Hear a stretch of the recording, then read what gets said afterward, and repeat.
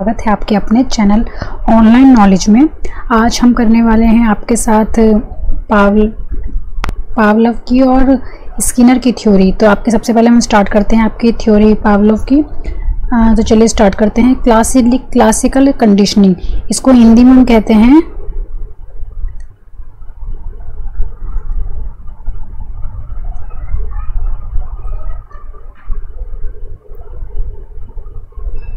प्राचीन अनुबंध। ठीक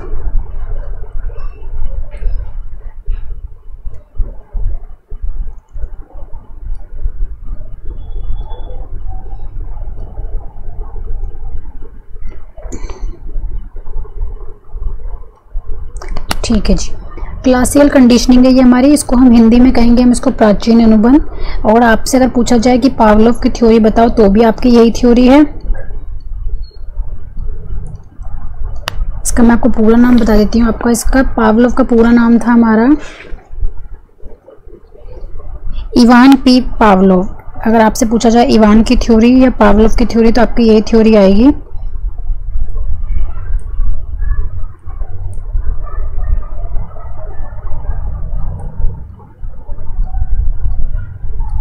ठीक है जी, तो मैं आपको एक बार आपको थोड़ा सा डिटेल में बता देती हूँ, फिर मैं आपको राइटिंग करती हूँ। पहले आप मेरा सुन लीजिए, पहले आपको मोटा मोटा कि है क्या प्राचीन अनुबंध या पावलोव की थ्योरी या क्लासिकल कंडीशनिंग। आपको इंग्लिश के नाम खासकर पता होने चाहिए। इस प्रकार के अधिगम का अध्ययन सर्वप्रथम, इसमें लर्निंग के आपको जितने भी ये साइकोलॉजिस्ट है ना, ये आपके इन सब ने लर्निंग के ऊपर अपनी थ्योरीज दी हैं। तो मैंने आपको, आप मेरे चैनल पे देख सकते हैं कि पहले मैंने आपको थॉर्नडाइक की थ्योरी कराई है लर्निंग के ऊपर। उससे पहले मैंने आपको लर्निंग बहुत अच्छे समझाया है कि लर्निंग क्या है, सीखना क्या है। थोड़ा सा हम रिविजन कर लेते हैं कि सीखना क्या होगा। जब भी हम किसी अभ्यास प्रयास के साथ जब हमारे नेचर या बिहेवियर में चेंज होता है जो परमानेंट हो, स्थायी हो, तो उसे हम लर्निंग कहते हैं। जैसे कि हिंदी भाषी देश में अगर हम इंग्लिश बोल रहे हैं तो वो लर्निंग है, और अगर हिंदी भाषी देश में अगर हम हिंदी बोल रहे हैं तो वो लर्निंग नहीं होगा। Writing is always a learning. तो स्टार्ट करते हैं। चलिए, आप अपना उसमें थॉर्नडाइक की थ्योरी मैंने समझाई है बहुत अच्छे से। आज मैं सेकंड आपके ले रही हूँ पावलोव और स्किनर की थ्योरी, क्योंकि इन दोनों में ना आपका दोनों थोड़ा सा कंपैरिजन है इनके अंदर। तो वो कंपैरिजन मैं एक क्लास के अंदर ही खत्म कर दूंगी, दोनों आपका स्किनर और पावलोव। चलिए स्टार्ट करते हैं। पावलोव का मुख्य उद्देश्य क्या था? इन्होंने ये जो थ्योरी है ना, ये अपने अगर आपसे पूछे तो ये थ्योरी जो इन्होंने अपनी दी थी अपनी डॉग के ऊपर दी थी। तो मैं आपको थोड़ा सा इसको बता देती हूँ पहले, फिर मैं आपको इसका थोड़ा सा नोट्स अवेलेबल कराऊंगी। पहले आप समझ लीजिए चीज़ों को। तो इन्होंने कुत्तों पर प्रयोग किया था। इन्होंने भोजन के खाली पेट को देखते ही लाड़ स्ताव करने लगे। इन्होंने कुत्ते के सामने ना पहले तो बेल एंड इसको हम बेल एंड सलाइवा थ्योरी भी अगर हम इसको कह देते हैं, इसको बेल थ्योरी के नाम से भी जाना जाता है, बेल एंड फूड थ्योरी के नाम से भी आपको पूछ सकते हैं। इसके नाम बहुत सारे हैं। तो चलिए, तो मैं आपको थोड़ा सा आपको बताती हूँ थ्योरी के अंदर था क्या। भोजन या मुंह में कुछ होने वाले लाड़ स्तर की क्रिया होने की स्वाभाविक प्रतिवर्त अनुक्रिया है। इस प्रकार को विस्तार से समझने के लिए पावलोव ने प्रयोग किया था। तो उन्होंने दोबारा कुत्तों पर ही प्रयोग किया था। कुत्ते को बॉक्स के अंदर शिकंजे में उन्होंने कस दिया था और उसे कुछ समय के लिए इसी प्रकार से रहने दिया। कई दिनों तक इस क्रिया को बार बार किया गया, जिस कारण शैलक्रिया द्वारा कुत्ते के जबड़े में एक नली के द्वारा फिट कर दी गई और मुंह से निकलने वाली लार उस नली से होते हुए शीशे के मापन में ग्लास में एकत्रित हो गई। तो ये तो आपका पहला प्रयोग था उनका कि उन्होंने कुत्ते को बंद करके रखा तो देखा कि कुछ दिनों बाद उसमें लार टपकने लगी। दूसरा प्रयोग, उन्होंने दूसरा चरण क्या करा कि कुत्ते को भूखा रखा उन्होंने और शिकंजे में कस दिया बहुत दिनों तक। तो नली का सिरा जबड़े में था उनके और दूसरा शीशे के जार में रखा गया। इसके बाद एक घंटी बजाई गई, उसके बाद तुरंत उसे खाने के लिए भोजन दे दिया गया। तो ये आपका एक वैसा हो जाएगा जैसे आप कंडीशनिंग हमने देखा है कि डॉग के साथ या फिर किसी के भी साथ। मैं भी आपको एग्जांपल देकर समझाती हूँ, पहले आप इसकी थ्योरी समझिए कि उन्होंने पहले तो कुत्ते को उन्होंने शिकंजे में कसकर उनको नली लगा दी कि लाड़ कब टपकती है। तो जब लाड़ टपकने लग गई तो उन्होंने फिर क्या करा, उन्होंने उसमें उनको कुत्ते को उसने दूसरे चरण के अंदर भूखा रखा उसने कुत्ते को, और भूखा रखने के बाद उसने एक नली देखा कि कब लाड़ टपक रही है। जैसे उसने बेल बजाई और बेल बजाने के बाद तब उसने खाना दे दिया उसको। तो कुत्ते को भोजन करने दिया गया और कुछ दिनों तक उसे हर बार घंटी की ध्वनि के बाद ही उसको खाना दिया गया। इस तरह के कई प्रयासों के पश्चात एक परीक्षण प्राप्त किया उन्होंने कि कुत्ते को घंटी बजाने के बाद भोजन अगर नहीं दिया जाएगा तब भी कुत्ता घंटी ध्वनि सुनने के बाद उसकी लार टपकने लगती है। जैसे उसको पहले उसकी लार टपकी, फिर उन्होंने घंटी बजाई और तुरंत ही खाना दे दिया। और कुछ दिनों तक उसने कुत्ते के साथ यही करा। एक टाइम के बाद ऐसा आ गया कि जब उन्होंने घंटी बजाई तो कुत्ते की लार तो टपकने लगी, पर उन्होंने भोजन नहीं दिया। तो उसका माइंड सेट हो गया कि घंटी बजते मुझे खाना मिलेगा, तो उसकी लार टपकने लगती थी। तो घंटी और भोजन के बीच उन्होंने ना एक कॉम्बिनेशन बना लिया कि पहले हम घंटी बजाएंगे, उसके बाद हम खाना देंगे उसको, और उससे लार टपकने लग जाती है। तो ये आपकी ना कंडीशनल और अनकंडीशनल रिस्पॉन्स होते हैं इसके अंदर, वो मैं आपको भी समझाती हूँ। तो चलिए थोड़ा सा ना मैं आपको इसको ना नोट्स के थ्रू समझाती हूँ। अगर आपसे पूछा जाए बेल प्लस फूड, आपके पेपर में क्वेश्चंस आते हैं कि बेल प्लस फूड ये आपका सही कॉम्बिनेशन है या फिर फूड प्लस बेल आपका सही कॉम्बिनेशन है। तो अगर आपसे नेचुरल कॉम्बिनेशन पूछा जाए तो वो उसको मैं आंसर ही नोट करूंगी नेचुरल को, और आर्टिफिशियल को ए से। तो आपका सही कॉम्बिनेशन जो होता है वो होता है बेल प्लस फूड। पहले बेल बजाई जाती है आपकी और उसके बाद उसको फूड दिया जाता है, खाना उसको। तो ये आपका कॉम्बिनेशन सही है। अगर पेपर में इसके कॉम्बिनेशन भी पूछे जाते हैं सीटेट वगैरह में, केवीएस वगैरह में, कि बेल प्लस फूड या फूड प्लस बेल, 2-3 कॉम्बिनेशन और बना दी जाते हैं। तो आपका बेल बजती है पहले, उसके बाद खाना आता है, ना कि पहले खाना दिया जाएगा और बेल बजेगी। तो सबसे पहले तो आपको दिमाग में ये होना चाहिए कि पहले बेल बजनी है, उसके बाद हमने उसको फूड देना है। और ये थ्योरी किसकी है? आपकी पावलोव की। ये याद रखना है, प्राचीन कंडीशनिंग है ये आपकी, प्राचीन अनुबंध है, आपको किसी भी नाम से आपको पूछा जा सकता है। तो चलिए मैं आपको 2 बताती हूँ, 1 मिनट। और मैं ए को आर्टिफिशियल से डिनोट करती हूँ और एन को नेचुरल से। तो चलिए स्टार्ट करते हैं। देखिए आप, तो ये आपका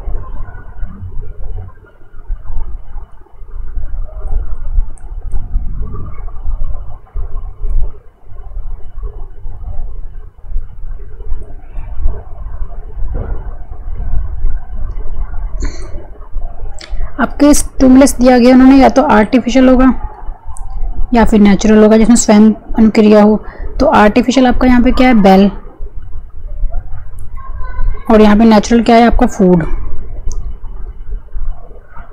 तो ये आपकी हो गई कंडीशनिंग, कंडीशन लगा दी हमने यहाँ पर, कंडीशनल स्टिमुली हो गया ये आपका। और ये आपका हो गया अनकंडीशनल, या पूरा लिख लेना ये आप। और रिस्पॉन्स कैसे आएंगे उसके? रिस्पॉन्स भी या तो एक आर्टिफिशियल आएगा या उसका अपना स्वयं प्रक्रिया हो। आर्टिफिशियल क्या होगा यहाँ पे आपका रिस्पॉन्स की बेल बजी है, और नेचुरल रिस्पॉन्स क्या होगा कि फूड आ गया उसका। इसको इसी तरीके से आप याद रखेंगे या इस फिगर के थ्रू, क्योंकि पेपर में ये पूछा जाता है आपसे कि कंडीशनल क्या है, अनकंडीशनल क्या है, तो आपको पता होना चाहिए। तो इसके अंदर आपका कंडीशनल रिस्पॉन्स हो गया, ये आपका हो गया अनकंडीशनल रिस्पॉन्स। मैं आपको दोबारा समझाती हूँ। अगर आपसे पूछा जाए, जैसे मैंने आपको बताया यहाँ पर कि बेल प्लस फूड जो है, थोड़ा सा आपको लग रहा होगा जी, पर आप 1-2 बार जब समझेंगे तो ये आपको समझ में आने लग जाएगा। तो आपसे पूछा जाए कि आपसे आर्टिफिशियल क्या है, तो आर्टिफिशियल आपकी हो जाएगी, अगर फूड पहले और बेल हो जाए तो ये वो हो जाएगा। और आपकी नेचुरल क्या है कि बेल बजी है, 1 मिनट, आपका जो इसमें सबसे पहले बेल बजेगी उसके बाद फूड दिया जाएगा। ये आपको याद रखना है कि सबसे पहले बेल बजनी है फिर फूड मिलना है। ये आपको पूछा जाए तो ये आपका ऑप्शन देना है। और इसको हम डिटेल में समझते हैं आपका कि आर्टिफिशियल मीन्स हो गया सीखने के बाद अनुक्रिया हुई है, कि आपने पहले कुछ लर्न करा उसके बाद आपको अनुक्रिया कर रहे हो। तो और नेचुरल हो जाएगा आपका स्वयं हो जाएगा कोई चीज़। तो स्टिमुली है वो पहले बेल बजा रहे हैं, तो एक आर्टिफिशियल उस मतलब डॉग को कंडीशनिंग कर दी गई है कि पहले बेल बजनी है तो उसके बाद फूड आना है। तो पहले बेल बजेगी तो उसके बाद फूड मिलेगा। उसी प्रकार से रिस्पॉन्स क्या हो रहा है, जब कुत्ता रिस्पॉन्स करेगा, वो जो रिस्पॉन्स कर रहा है ना वो बेल पर कर रहा है आर्टिफिशियल, जो उसको सिखाया गया है कंडीशनिंग में। तो ये आपका सब कुछ सेम ही रहना है, पर आपको याद रखना है कंडीशनल रिस्पॉन्स कब होना है और आपका अनकंडीशनल रिस्पॉन्स कब होना है। तो आपका इसका होता है कि पहले कंडीशनल स्टिमुलस प्लस में अनकंडीशनल स्टिमुलस। ये आपका सही जो है आपका ये है, आपके जो पेपर में आता है ना वो आपका इस तरीके से लिखा होता है, कंडीशनल स्टिमुलस प्लस अनकंडीशनल। कि सबसे पहले आर्टिफिशियल आपको बेल बजाई जा रही है, आर्टिफिशियल बेल बजाई जा रही है, फिर उसको खाने को देख के तो नेचुरली लार टपकती है आपकी, पर उन्होंने कंडीशनिंग कर दी है कि बेल बजते ही आपकी लार टपकना शुरू हो जाएगी, उसके बाद आप खाना दे रहे हैं। तो ये आपको समझ में आ गया होगा। मैं आपको इसको एग्जाम्पल देके भी अभी समझाऊंगी इसको अच्छे से, उसमें आपको समझ में आ जाएगा। और एक तरीके से अगर आपको समझ में आ रहा हो तो नॉर्मल एक्शन लर्निंग, ठीक है। जैसे आपने देखा होगा, मैं आपको एग्जांपल देती हूँ। एग्जाम्पल क्या होगा मेरा,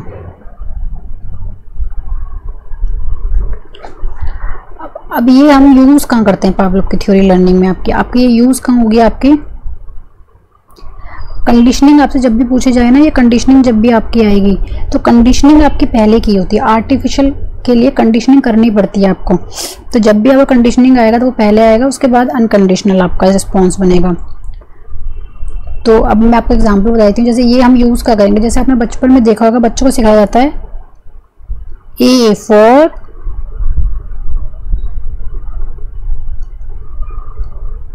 एप्पल।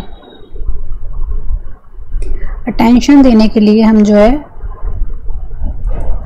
सब बच्चों को पता होता है बचपन में कि एप्पल क्या है, पर हमें उसको सिखाना होता है अल्फाबेट्स, तो हम पहले ए लगाते हैं।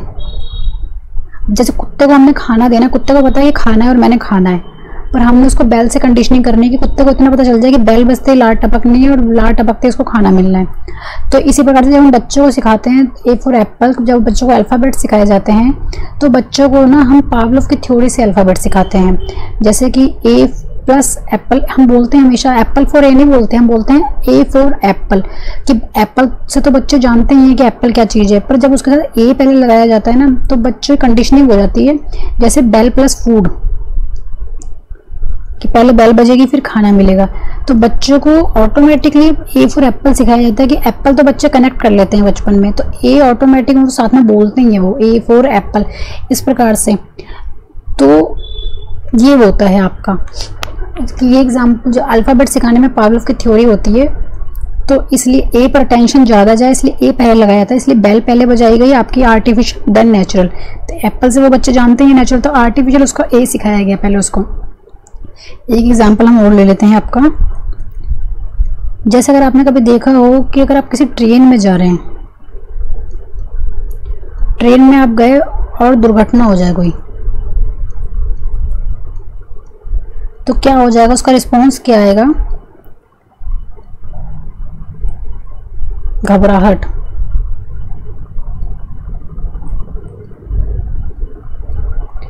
तो इसी प्रकार से अगर हम किसी ट्रेन में जा रहे हैं, ट्रेन क्या है आपकी आर्टिफिशियल, दुर्घटना क्या है कि नेचुरल घटना है आपकी, और ये क्या हो गया आपका रिस्पॉन्स हो गया। तो जब भी कई आप लोग देखोगे कि वो ट्रेन में नहीं बैठते क्योंकि उनके बचपन में कोई ऐसा एक्सीडेंट हो चुका होता है कि उनमें दिमाग में डर बैठ जाता है, जैसे उनका रिस्पॉन्स क्या होता है? घबराहट। पर ये नहीं है कि सभी ट्रेनों में दुर्घटना हो रही है, पर ये है कि नेचुरल रिस्पॉन्स दुर्घटना है उसकी हो गई है, ट्रेन उसके साथ जुड़ चुकी है, तो आर्टिफिशियल ट्रेन देन दुर्घटना, तो घबराहट होनी शुरू होगी उसके रिस्पॉन्स में। तो ये होता है।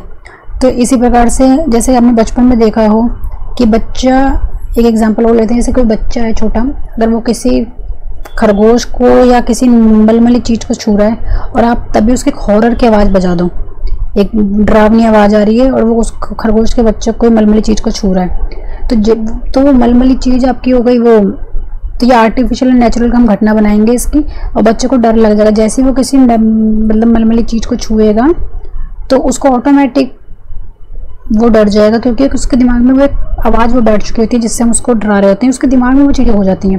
तो अगर आपसे पूछा जाए कि पावलोव आपके कहाँ एग्जाम्पल में पूछा जाए, तो अल्फ़ाबेट सिखाने में ए फॉर एप्पल जब हम सीखते हैं, बी फॉर बॉल, तो बी बच्चों को नहीं पता होता कि बी क्या है, ए क्या है, सी क्या है, पर एप्पल, बॉल, कैट, डॉग, इससे वो पता होता है कि कुत्ता क्या है, बिल्ली क्या है। जब वो स्कूल आता है तो इतनी उसको नॉलेज होती है कि एप्पल क्या होता है, सेब क्या होता है, केला क्या होता है, तो इसी प्रकार से वो सीखता है।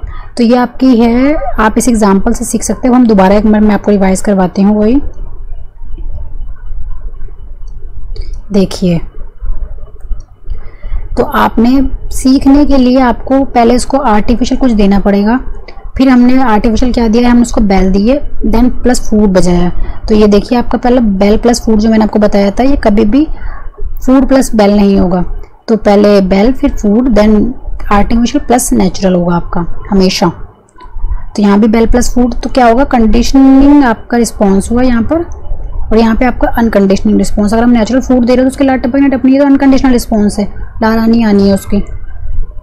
और अगर आप यहाँ बेल बजा रहे हो तो उसकी लार टपक रही है, तो ये कंडीशनल रिस्पॉन्स हो गया, हमने उसको कंडीशनिंग कर दिया उसकी। तो इसका आंसर जो बनता है CS प्लस US हम लिखते हैं इसको।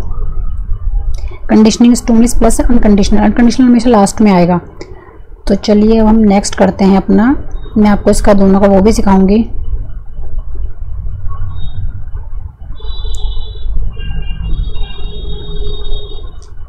तो आपकी स्किनर की थ्योरी हम पढ़ते हैं। स्किनर की थ्योरी इंग्लिश में कहते हैं इंटेंसिटी ऑफ कंडीशनल स्टिमुली, जिसको हिंदी में हम कहेंगे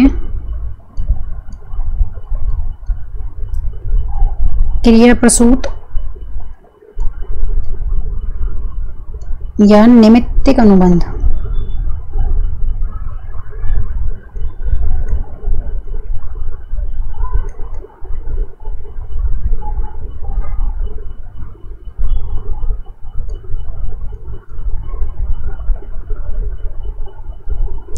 ये आपके ये है स्किनर की थ्योरी आपकी।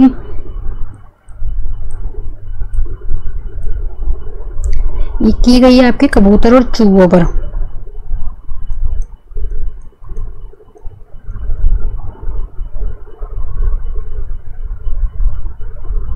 सबसे पहले आपको उसका नाम पता होना चाहिए, क्रिया प्रसूत और नैमित्तिक अनुबंध, ऐसे नाम यूज किए जाते हैं सीटेट में। जो बच्चे गलत करते हैं वो डायरेक्ट नहीं पूछते आपसे स्किनर की थ्योरी बता दो जी, पावलोव की थ्योरी बता दो जी। तो आपको नाम याद होने चाहिए सबसे पहले तो इनके। तो कबूतर और चूहे पे ये थ्योरी हुई है आपकी, ये आपको पता होना चाहिए। इसका मैं आपको थोड़ा सा बता देती हूँ, इसकी थ्योरी के अंदर एक्चुअली था क्या। BF स्किनर इनका फुल नाम था। तो ये इन्होंने, मैं आपको इसकी थ्योरी बता देती हूँ, आप सो सुन लीजिए। कबूतर और चूहों पर उन्होंने ये प्रयोग किया गया था। उन्होंने करा क्या, एक भूखा चूहा लिया उन्होंने, एक उन्होंने बॉक्स बनाया, बॉक्स के अंदर उन्होंने भूखे चूहे को रख दिया। वो चारों ओर घूम सकता था परंतु उसे बाहर निकलने का रास्ता नहीं था। उसके बाद बॉक्स के द्वार में एक लीवर लगाया हुआ था, जिसका संबंध बॉक्स की छत पर लगे भोजन पत्र से होता था। लीवर के नीचे प्लेट भी रखी रहती थी। जब लीवर का दबाया जाता था तो भोजन पात्र की निश्चित मात्रा में भोजन निकलकर प्लेट में गिर जाता था। तो भूखा चूहा पहली बार बॉक्स में रखा गया तो लीवर दबाकर भोजन प्राप्त करना तो उसे मालूम नहीं था, परंतु भूख के परेशान होकर बॉक्स से इधर उधर घूमने लगा, दीवारों को पंजों से खरोचने लगा। इस तरह खोजबीन करते हुए संयोग से एक बार उसने लीवर दबा दिया। लीवर के दबते ही प्लेट में खाना गिर गया और चूहे ने उसे खा लिया। अगले प्रयास से कुछ क्षणों के पश्चात वे अन्वेषण व्यवहार पुनः आरंभ किया। जैसे जैसे इसमें होता है कि आप प्रयास आपके कितने बढ़ रहे हैं, जैसे जैसे आप प्रैक्टिस करेंगे आपके प्रयास बढ़ते जाएंगे ना, तो आपका समय कम होता चला जाएगा उस चीज को हासिल करने में। तो प्रयास की बढ़ती हुई संख्या चूहे को बॉक्स में रखने और उसका लीवर दबाने के बीच का समय का जो अंतराल था वो घटता चला गया। तो स्किनर रखते चूहा लीवर दबाओगे। तो इसमें आप क्या करते हैं, लीवर दबाने की अनुक्रिया भोजन प्राप्त करने के निमित्त है। इस कारण इस अधिगम को नैमित्तिक अनुबंध भी कहा जाता है। जैसे आपने बचपन में देखा होगा, घरों में बच्चे अपनी माँ के ना रहने पर मिठाई के उस स्थान को खोजने का कार्य करते हैं जिन जार में मिठाई छिपा कर रखी गई होती है, और मिठाई खा लेते हैं, जिससे कुछ पाना चाहते हैं और अत्यंत विनम्रता से बात करते हैं। तो जैसे बच्चे जो होते हैं वो रेडियो, कैमरा, टीवी आदि को चलाना हम नैमित्तिक अनुबंध के सिद्धांत के आधार पर ही सीखते हैं। हम बार बार प्रयास करते हैं, जो चीज़ हमें चाहिए होती है कि भैया ये कैसे होगी, ये क्या करनी है, तो हम उस चीज़ में बार प्रयास लगाना शुरू कर देते हैं। चूहे को पता था कि वो भूखा है और उसे खाना खाना, तो उसने हाथ पैर मारने शुरू कर दिया कि भैया मैं इस बॉक्स से बाहर निकलूँ और खाना खाऊं, जाके कहीं ना कहीं ढूंढूं खाना। तो उसका लीवर पर पैर पड़ा, ऊपर से खाना गिर गया। तो उसको धीरे धीरे समझ में आ गया कि भाई यहाँ पैर रखना है और खाना आना है और मैंने खाना है। तो ये आपका एक थ्योरी है इस तरीके से इनकी। तो मैं आपको उसको शॉर्ट में या फिर आपको मैं वैसे समझाती हूँ आपके एक नोट्स के थ्रू कि इस थ्योरी का मतलब क्या है। इस थ्योरी में आपका क्या होता है, सबसे पहले आप एक्शन लेते हैं। कोई चूहे ने एक्शन लिया और उसने घूमना शुरू करा कि भैया खाना खाना है तो चलो घूमो। तो एक्शन का वो कर रहा है अगर, तो उसका क्या होगा, दो कारण होंगे। या तो उसका एक्शन करने का उसका कोई कारण होगा, रीजन होगा उसका, और या फिर रीजन नहीं होगा, ऐसे घूम रहा है जी, चलो घूम के देख लेते हैं इस बॉक्स में है क्या। तो या तो उसका रीजन होगा या इसका रीजन नहीं होगा। दो चीजें हो गई आपकी कि अगर चूहा वो घूम क्यों रहा था, क्योंकि उसे भूख लगी थी। अगर उसको भूख ना भी लगी होती तो वो चूहा एक बार घूम तो सकता ही था कि भाई मुझे बंद कर दिया किसी ने, यहाँ पर क्यों बंद कर दिया, चलो देख लेता हूँ कहाँ है, क्या है, दीवारें हैं, ये और वो है। तो अगर वो किसी कारण से चीज को ढूंढ रहा है तब तो थ्योरी जो है ये आपकी पावलोव की थ्योरी है। कि अगर उसकी चीज़ का कोई कारण है तो हो गई है पावलोव की थ्योरी। और अगर उस चीज़ का कारण कोई नहीं है, वो प्रयास कर रहा है, उसे कारण ही ज्ञात नहीं है, तो वो पावलोव की थ्योरी नहीं है आपकी, वो आपकी हो जाएगी स्किनर की थ्योरी। तो आपका क्या हो जाएगा, एक्शन जो है वो आपके दो तरीके से होंगे, डिजायरेबल, आपकी डिजायर होगी, उसकी डिजायर थी एक्शन करने की क्योंकि उसे भूख थी, और उसको, या फिर नॉन डिजायरर,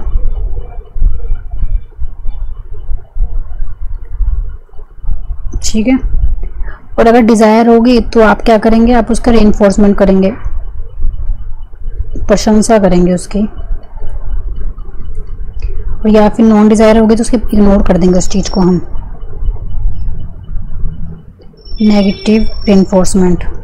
ये आपका पॉजिटिव रेनफोर्समेंट हो गया। अब आप समझिए, अगर आप किसी चीज़ का एक्शन लेने का रीज़न है तो वो पावलोव की थ्योरी, जैसे हम ए फॉर एप्पल उसको सिखा रहे थे, हम कंडीशनिंग कर रहे हैं वहाँ पर, तो वो पावलोव की थ्योरी थी। अगर रीज़न नहीं है और उसकी इच्छाएं हैं कि वो घूम रहा है इसलिए, तो डिज़ायर और नॉन डिज़ायर से एक्शन लेगा, वो प्रशंसा करेंगे अगर डिज़ायरेबल है उसकी इच्छा, और नॉन डिज़ायर से नेगेटिव करेंगे। एग्जाम्पल से हम समझते हैं क्या कहना चाह रही हूँ मैं आपको।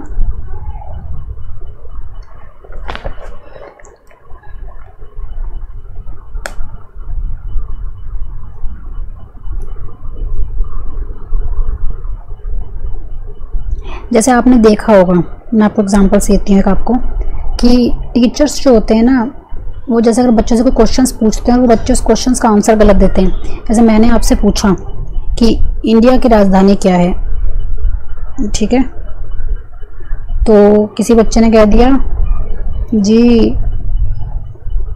इंडिया की राजधानी जी मुंबई है, तो आगे से मैंने क्वेश्चन पुटअप कर लिया, अच्छा तो फिर दिल्ली किसकी है, तो बच्चा सोचेगा अरे नहीं नहीं दिल्ली ही है इंडिया की। तो आपको ना, जैसे वर्णमाला को पहचानना ट्रेनर के कंट्रोल में होता है। एग्जाम्पल समझिए, एग्जाम्पल देती हूँ मैं आपको।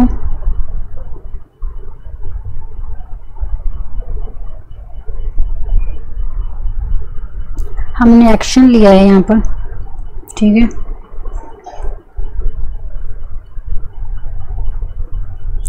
और एक्शन के बाद अगर हम उसका रेनफोर्समेंट कर रहे हैं,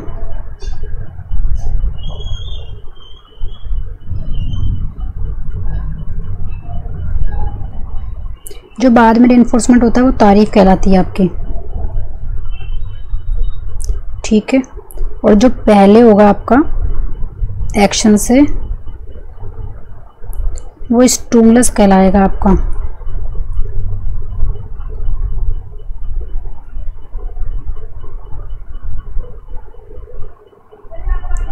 ठीक है। ये भी आपकी तारीफ है। अगर मैंने आपके काम करने से पहले आपकी तारीफ करी है तो उस तारीफ को हम स्टिमुलस कहते हैं, अगर वो पहले हो गई है, और मैंने अगर तारीफ आपके बाद में करी है तो उसको हम रेनफोर्समेंट कहते हैं। इस चीज़ को हम समझेंगे पहले। जैसे कि मैं आपको एग्जांपल देती हूँ कि एक दोस्त है और वो दोस्त तुम्हारे यहाँ आया, नाश्ता दिया तुमने उसको और तुमने फिर पढ़ाई करी, और जाते जाते कहा उसने नाश्ता बहुत अच्छा था, तो उसने आपका रेनफोर्समेंट कराया, उसने आपको जाते जाते जाने के सब कुछ खाने के बाद, पढ़ने के बाद, उसने आपके बाद में तारीफ करी। तो ये आपकी थ्योरी जो है ना, ये आपकी स्किनर की थ्योरी है। तारीफ जो है वो बाद में हुई है, तो आपकी ये थ्योरी कहलाएगी स्किनर की थ्योरी, क्योंकि तारीफ आपकी बाद में की गई है। और वही अगर दोस्त घर को आया, तुम चाय बहुत, उस दोस्त ने आके तुम्हारे पास आके बैठ गया, तुम पढ़ने लग गए, तो उसने कहा यार तू तो चाय बहुत अच्छी बनाता है, फिर आप चाय बनाने चले गए, तो इसको उसने आपकी तारीफ जो है वो काम, मतलब आपकी चाय बनाने से पहले की है, तो इसको हम स्टिमुलस कहेंगे, ठीक है। अगर आपकी बाद में तारीफ होए तो रेनफोर्समेंट, अगर आपके पहले उसने तारीफ कर दी कि यार तो चाय बहुत अच्छी बनाता है, तो आप चाय बनाने चले गए, चल मैं तुझे चाय पिलाता हूँ, तो ये आपका हो गया। इसका अब हम इसको अपनी पढ़ाई में कैसे यूज़ करते हैं वो भी मैं आपको बता देती हूँ। लैंग्वेज जो हम लर्न करते हैं,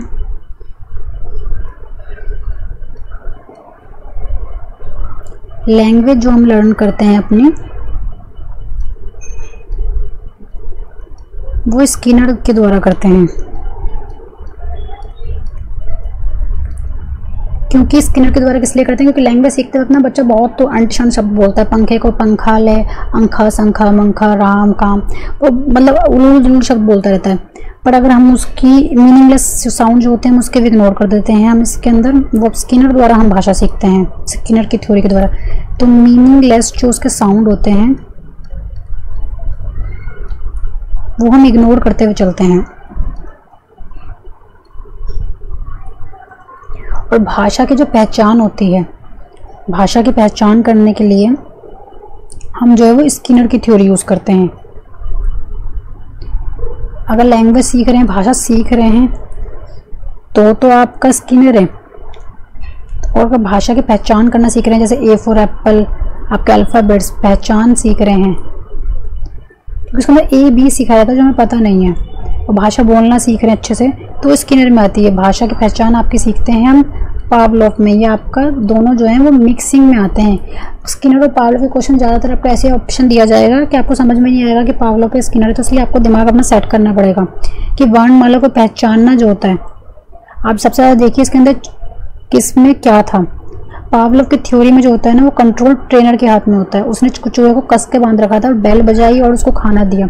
अगर आपसे पूछा जाए कि ट्रेनर के कंट्रोल में, ट्रेनर कंट्रोल किस में करता है आपका, और आपका लर्नर किस में कंट्रोल करता है।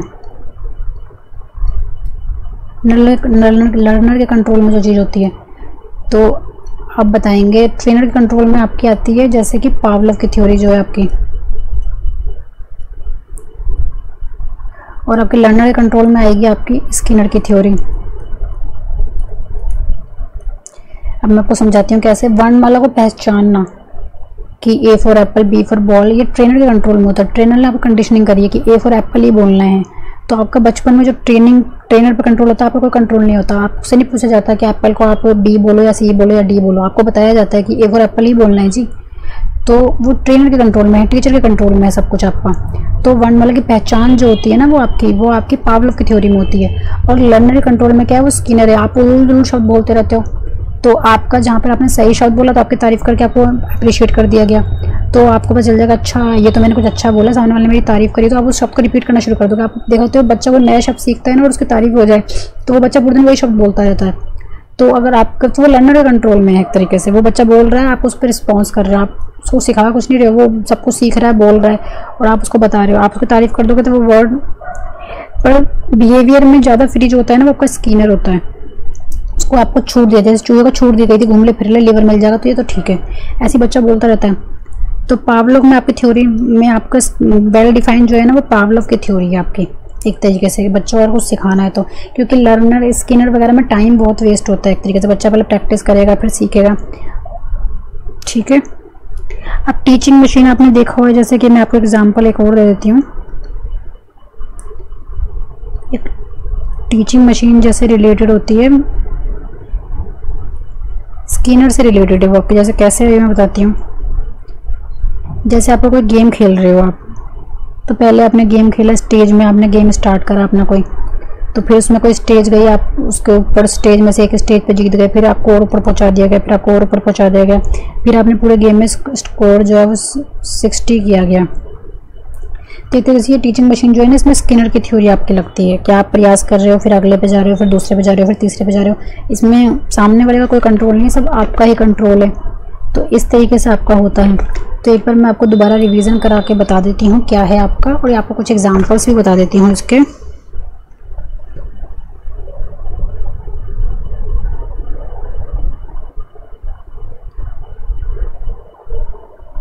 चलिए, रेनफोर्समेंट कैसा हो सकता है। जैसे दुर्घटना की स्थिति में घायल होने से बचने के लिए तथा ट्रैफिक पुलिस के द्वारा जुर्माना किए जाने से बचने के लिए चालक व सवार सीट बेल्ट पहनते हैं, क्योंकि उनको डर होता है, उनको पता है कि हमें दंड दे दिया जाएगा, तो वो आपका करते हैं काम।